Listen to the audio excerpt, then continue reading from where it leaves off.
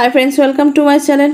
চলছিল বাসন্তী পুজো। এখানে আমরা ভোগ খেতে গেছি, আবার ভোগ সাথে করে নিয়েও এসেছি। নিয়ে এসেছি খিচুড়ি ভোগ খেয়েছি, পায়েস ভোগ হাতে করে নিয়ে এসেছি। এই যে দেখো কতগুলো নিয়ে এসেছি।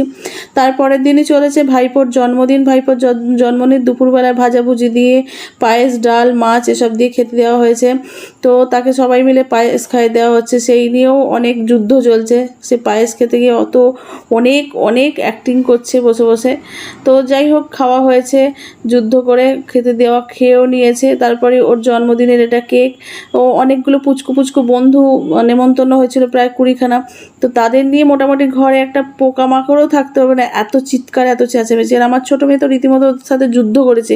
কেক কাটতে গিয়েই বলুক আর খেতে দিতে গিয়েই হোক, যুদ্ধ করেছে রীতিমতো একদম।